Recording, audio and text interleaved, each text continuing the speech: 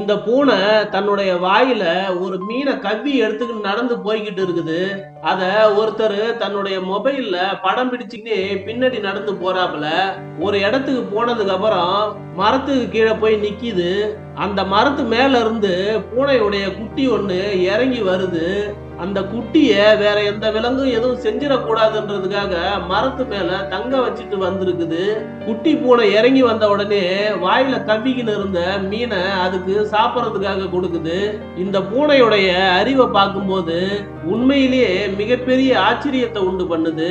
இந்த பூனை அதனுடைய குட்டி மேல எவ்வளவு அன்பும் அக்கறையும் வச்சிருக்குதுன்றத பார்க்கும்போது உடம்பெல்லாம் புல்லரிக்குது. இந்த வீடியோ சோசியல் மீடியாவில் வைரல் ஆகிட்டு இருக்குது.